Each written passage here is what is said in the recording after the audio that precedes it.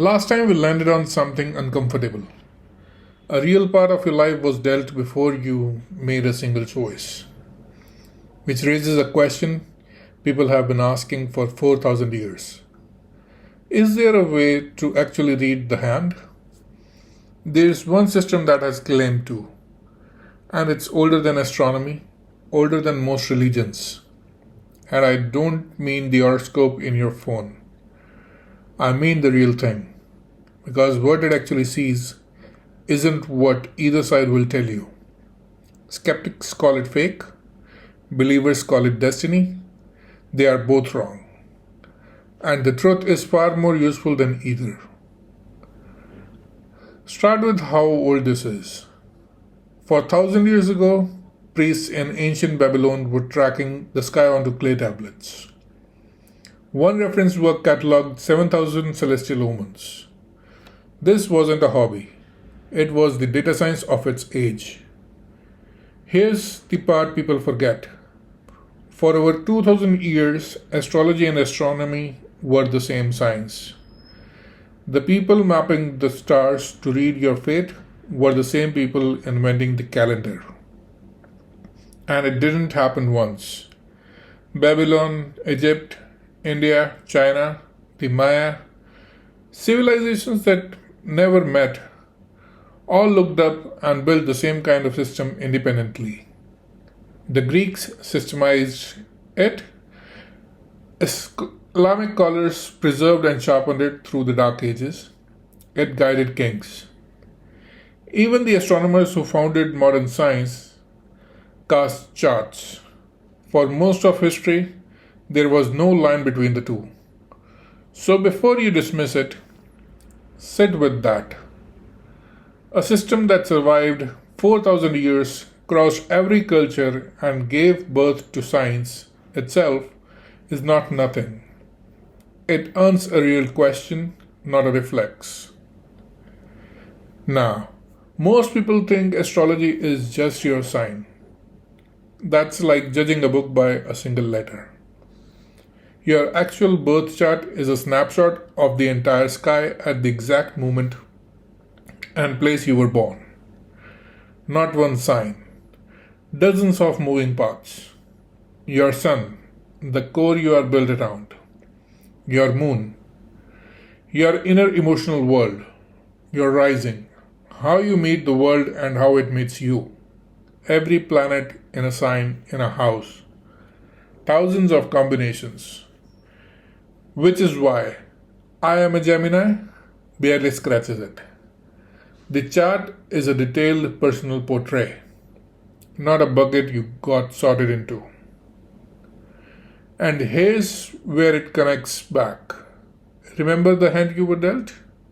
Your temperament, your tendencies, the timing you were born into. Astrology is a language for exactly that.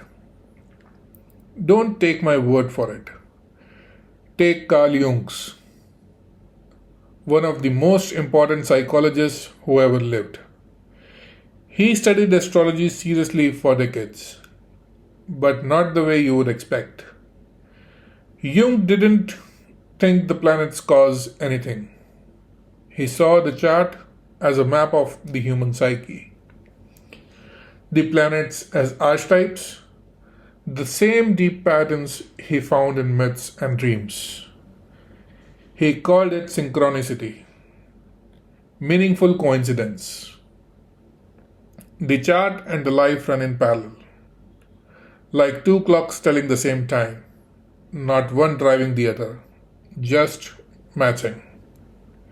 Jung put it beautifully.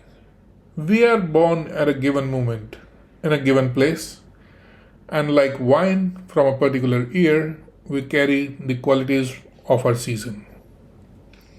That's astrology's real claim. And it rhymes with everything part 1 showed you. Okay, but is it real? Be honest here, because this is where most videos cheat, in controlled double-blind tests.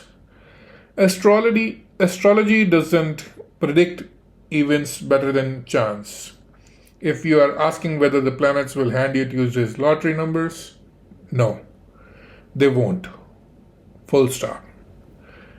But that's measuring the wrong thing. A map isn't true or false. It's useful or useless. A myth isn't a lie. It's a way of carrying meaning. Astrology works the way a good question works. It makes you look. And the data backs that up. Most people who use astrology aren't chasing fortunes. Surveys find the large majority use it for reflection and meaning, not prediction. They are using it as a mirror, and a mirror doesn't have to be magic to show you something true. So here's what a chart actually gives you. 3 things a prediction never could. 1. A vocabulary for yourself. It names tensions and gifts you feel, but could never put it into words, turning a vague inner fog into something you can actually point at. 2.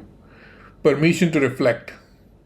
It puts your inner life outside you, on a page, so you can examine yourself without flinching, the kind of honest self-look most people never sit down to do. 3. A sense of timing.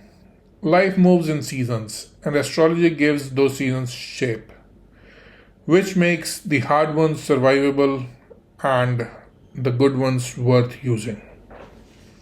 But here's the one that matters most. Astrology doesn't remove your choice, it lights up the cards. Part 1. You were born constrained, not determined. This is one of the oldest, richest ways to read those constraints. So you stop fighting your own nature blindly and start playing your actual hand on purpose. Because the person who sees their own cards clearly makes better decisions than the person guessing in the dark. That's the whole game. That's the whole channel. So is your future written in the stars? No. But the hand is real. Part 1 proved that. And this is humanity's oldest mirror for reading it. The skeptics misses the mirror. The fatalist misses the choice. The truth is between them, and it's stranger than both. The cards are the cards, but reading them clearly and playing them on purpose is still entirely yours. You carry the qualities of your season. What you pour is up to you. Want to go deeper with your own chart? Drop your sun, moon, and rising in the comments. I read everyone. And if you want me to map your whole hand and what it's asking, my DMs are open. Just say the word. That's what this channel is about. Seeing your own decisions clearly. If that's your thing, stick around.